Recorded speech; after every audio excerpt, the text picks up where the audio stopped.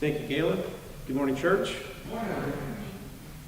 Thankful for this opportunity to speak about this work. It's been a few years since we've been able to be present in Baja and have our annual mission trip that we look forward to so much. So I do appreciate that the elders have set aside this Sunday for this particular topic in missions, and something to look forward to later in the year. I think we'll also be speaking about and hearing about reports from other mission efforts that we're supporting, such as the one in Marseille, France. So that will be later this year. So I'm thankful for that. It's been since 2019 since we've been able to be in Mexico, thanks to the COVID pandemic. And COVID has hit Mexico about as hard as it's hit us. And you can imagine their health system isn't quite as advanced as ours, so in some ways it probably hit them more than it did us. So there definitely have been travel restrictions, not able to actually be there, but we still get reports. We still have, thankful for social media and other aspects that we can get reports quite often from the missionaries that we support in Baja. At times it's good to step back and reevaluate where your support goes. And I really want to give this presentation for a couple of reasons. One is obviously to fill people in on the work that's going on there, but to also, pique your mind to ask the question of, we're funding this mission, so should we be funding this mission anymore? And that's something we always need to be asking. And I'm biased, obviously. I've been very committed to this. North Penn has been a contributor to Baja missions for about 10 years now. So it's something that we've done, but I don't want it to become something that, we've always done this, so we'll always continue to do this. We should always look at where needs are globally as well as locally, and where our mission funds go. So I welcome critique, I welcome questions, and I'm not going to be able to answer those kind of questions in a short 20-minute presentation. So please, come and ask me questions about it. I'd love to be able to discuss with you. Baja, Mexico.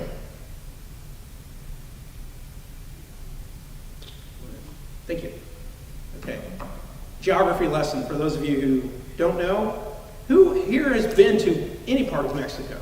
Show of hands. All right. Quite a few. How many have been to Baja? Only a few. The only ones I've gone with. So, Baja is kind of like the vacation paradise of Mexico in some ways, outside of the ones that you know of in Cancun and the other ones that people go to. But our mission efforts are actually focusing on this section, the Baja California Norte, or the northern part of Baja.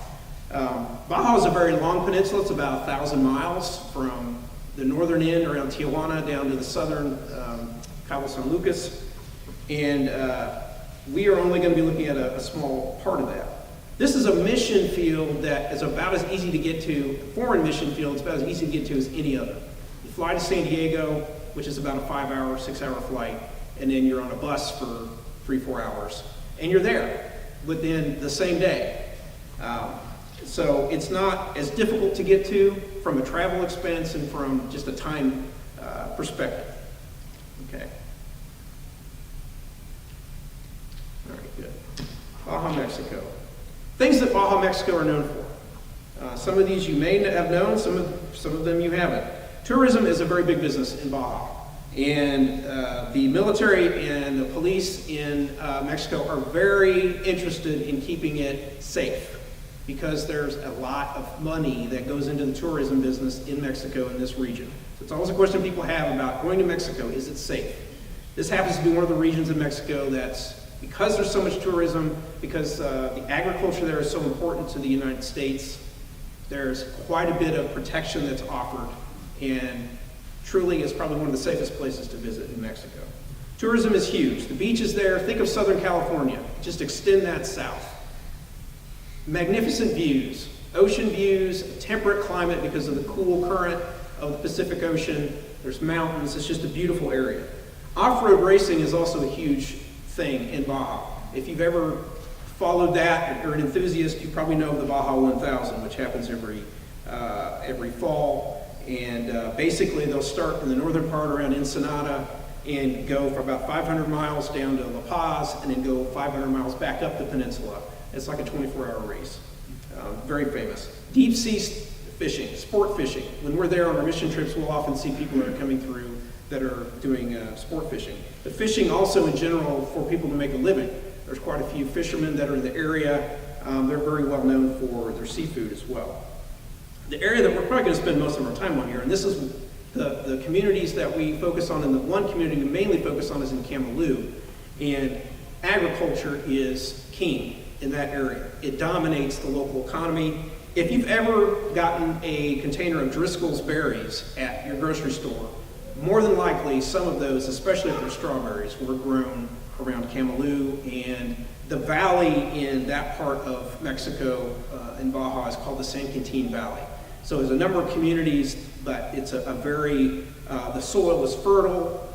There's a well-established agriculture there, especially for growing berries for the exports for the U.S. Mexico exports about 12 billion pounds of fruits and vegetables to the United States every year. So there's a massive amount of agriculture. Only a small amount of that happens in Baja. Okay?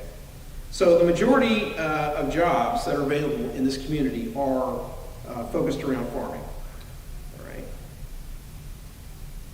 This is one of the other crops that's grown is there are vineyards throughout this area. Very fertile soil. So you'll see vineyards. This is one in the Sancantine Valley. But this is a picture of what Baja looks like. You have blue skies, mountains. On the other side of this, you have the ocean. It's just there's no place like it visually, and it's one of the reasons why a lot of us want to go back every year.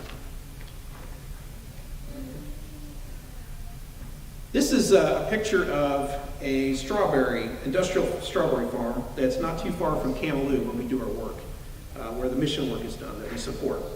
And each one of these squares that you see represents about a football field size. And this is actually a very small farm, comparatively speaking. You can drive on the main highway there, US or Mexico 1, Highway 1, for miles and see tent after tent after tent. There's a cover that's over the vegetables to protect them from dust. It allows sunlight to come through. It also protects from other parasites or things that may destroy crops. I'm going to expose my ignorance in terms of agriculture thoroughly during this talk. But these are just basically cities. These farms are like cities themselves. The people that work on these farms may make $50 to $100 per week. Okay. On the surface, that doesn't sound drastic, maybe. I don't know. In today's world, it's very drastic. About 6-7 years ago, there was a massive strike by a number of workers in this region, and they were able to bargain for a little bit better wages from the farms. But as far as I know, that's pretty much where it stands. But you can imagine $50 to $100 a week, especially if you have a family with 2 or 3 children, doesn't go very far. Oftentimes, these families will send their children into the fields to pick in order to make some additional money when they hit 13, 14 years old, rather than having them in school. It's an easy financial decision for them because clearly they need the extra money just to survive. So this is the case for a significant percentage of the folks that live in this area. It's not everyone, but it is a significant percentage. And the irony of this is that I don't know that I've ever seen people work as hard and as diligent as the people that I know in Mexico, either in the construction projects that we've been involved with or what have you. The work ethic is actually very good, and yet they're facing this type of lack of economic opportunity. So it's really an irony that if they were in an area with better economic opportunity, there would certainly be more for them and their families. This isn't actually a picture from our work, but it actually reminds me quite a bit of the last time we were there. And I apologize, I'm not filling this presentation with a lot of pictures. I've tended to do that in the past, and part of me is just thinking that sometimes we can use pictures to paint a certain picture, and I'm trying not to do that. I'm trying to give you kind of the reality of what it is, but also not make it in a way that that is like trying to necessarily tug at your heartstrings. I think there's almost some ways some manipulation that's done with that, with the pictures and video and et cetera. So, but this picture I found just online in a story that was done in the LA Times, I think, for the Sancantine Valley. And it really does represent a number of families. There may be 5 or 10% of the families in that region that actually live like this. They'll use cardboard, fencing, they'll use used garage doors as part of a structure. They'll use plastic tarp. And then, almost everyone that lives there has a dirt floor. Pouring a concrete floor for someone when we're able to be there is like gold. It's really appreciated because most people live in the dirt. So this just gives you a representation of what at least the lower end economic scale is for this community. Not everyone that lives there has this type of situation. You have your haves, you have your have-nots, just like any community in the world. But this does recommend a significant portion, and the focus of the church there, oftentimes, they connect with these families. There is a spiritual connection with them. They don't have transportation. They usually get picked up. All these corporate farms have usually American school buses that they've painted whatever color their colors are for their farm, and people just line up to get on school buses to go to the farm. And then the bus brings them back home. They don't have transportation. So the church has a couple of vans that actually goes out and picks up folks. And they'll meet Sunday mornings, Sunday evenings, and Thursday evenings. So 3 times a week, they're getting together. And there's always a lot of transportation that's required in order to bring folks in. Okay. So here's a quick slide on what the areas of focus are for Baja. The top 3 are in bold, and those are ones that the funds that we collected or have sent from our contribution here at North Penn have supported. One is evangelism support. Right now there are 19 different churches that have been planted in Baja since 1996. So the work is really expanding. A number of churches in the U.S. will support a given 1 or 2 of the preachers with monthly support. So right now we're supporting 2 different preachers. We'll get to that on our next slide. The annual U.S. mission team support. This year, for the first time in 3 years, there's actually mission teams going. There'll be 16 different mission teams from the U.S. going to Baja. Our group's going to be going in late July. So there's money that goes to helping people attend those trips. There's money that goes toward construction projects that need to get done. There's money that goes towards, when we're there, we do a food distribution to a number of families. And they look forward to that. So that's where some of the funds go to. And then finally, as far as what North Penn has contributed to, are the primary and secondary education support. I mentioned families don't have the money necessarily to send their kids to school. It's about $100 for a semester that they have to pay the government for them to go to school for each child. So, a week's wages, a couple weeks' wages, especially if you have multiple children, you can see where they make the decision that, well, we're just going to have them work rather than go to school. So for the children that are in the congregation in Camelou, we will provide in August, when we go on our trip in July, in August they'll give families that need it, that have the financial need, funds to be able to go and attend school for the year. So it's been a very big focus to try to keep the children in school throughout that process. And then now we're actually looking at kids getting out of high school and actually looking to go to college. So in general, it's growing in generational opportunities. The other thing that Baja Missions has been involved with since 2014 is the Baja Bible Institute. This is affiliated with the Sunset International Bible Institute. And preachers are trained there, that many of whom end up going and preaching at these different churches in the Baja. They stay in the area. So it's been a very successful program that they've started. Medical clinics have also grown up, which has been relatively new. There's now 3 different medical clinics that are nearby, each or 3 different congregations. So they provide basic medical, pharmacy, and dental needs. And sometimes doctors or dental professionals from the U.S. will come and be part of the work there to support the clinic. A new thing this year has been a college scholarship program, which I alluded to. This year, there were 27 students from Baja churches that will be awarded scholarships. And a lot of these children will have to go to, Ensenada is the biggest city in the area. and that's where most of the university opportunities are. For them to go and live there, it's very difficult. They don't have the living expenses on top of the tuition. So that's something else that the churches are helping with. The biggest endeavor that they're looking at for the near future is Camp Baja. And I'm really excited about this. There was a video, but I would point you to the Baja Missions website, Baja Missions, not BajaMissions.com, but BajaMissions.us. Please just go there, spend a few minutes. It's going to tell you a whole lot more than what I can tell you in this presentation. But they have purchased land in the Sancantine area by the coast. And right now there are about 300 teenagers in the different congregations in Baja and over 500 younger children. So they are really excited. They've done a few small camps here or there where they could rent property, but it was never something that could really be used long-term like we have here in the Delaware Valley at Manatawny. So that's something that's going into place. And the other thing they're doing with this camp, which is exciting, is they're putting in an assisted living area for seniors who are members of the church as well. Because senior care in Baja has been very hard to come by. And unfortunately, it's a part of the society that I've seen it in a few instances where they're not really always taken care of that well. Not always forgotten, but in too many cases, that's the case. So there will be an assisted living area adjacent to the camp. So I'm not certain how many years this is going to take, but it's something they're raising capital for. I think they're trying to raise about $400,000 for the rest of the camp. They've already purchased the land. So that's just some of the things that Baja Missions has been involved with. It's very busy.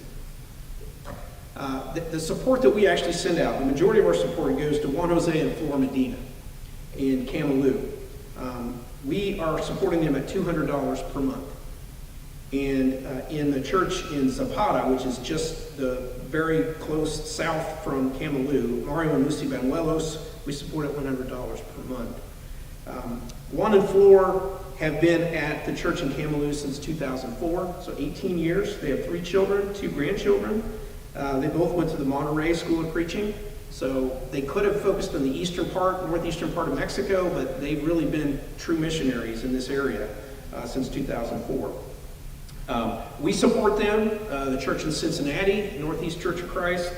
There's churches in Kentucky, Tennessee, and Arkansas, all that give monthly support to Juan and Flor, and to Mario and Lucy. Okay. Our mission trip this year is planned July 22nd through 30th. We've kind of gotten some information out earlier. There's still a little bit of time left. If you would like to join, come and see me today. Requirements for that trip are 14 years old or at least entering 9th grade. You don't have to speak Spanish at all. I'm testimony to that you can go and not really know that much Spanish. You have to have a passport, obviously, and a COVID vaccination. So I'll be glad to give you more information personally about this. Usually there are about 15 to 30 people total that make the trip between here and Cincinnati, Kentucky, Arkansas, Tennessee churches that go. Okay. All right. There's a difficult slide to put up there, and it's not even really that accurate. Ensenada is actually on the coast. It should be over here. There's not room because of all the different churches that have grown up along the coast here. Every 15 to 20 minute drive, you'll run into another church that was planted by Baja Missions. And the fact that there really were basically no churches of Christ in the mid-90s, and now to see this growth that's happened is just, it's a testament to what God's done in Baja. It really is. Okay. All right, I have a special prayer request, and this is something that we've been getting information on, but I really want to make everyone aware of it as a prayer request. This is Timoteo, or Timothy in English, and he is Juan and Flor's grandson, and he was born in December last year, so he's coming up on his 6-month birthday next month. He's had over 7 different surgeries. He spent most of his life in the hospital in Ensenada. He basically has an intestinal disorder. He basically can't process food. Either he vomits it back up, or there's just been a lot of complications, and he's had to go through a number of difficult surgeries.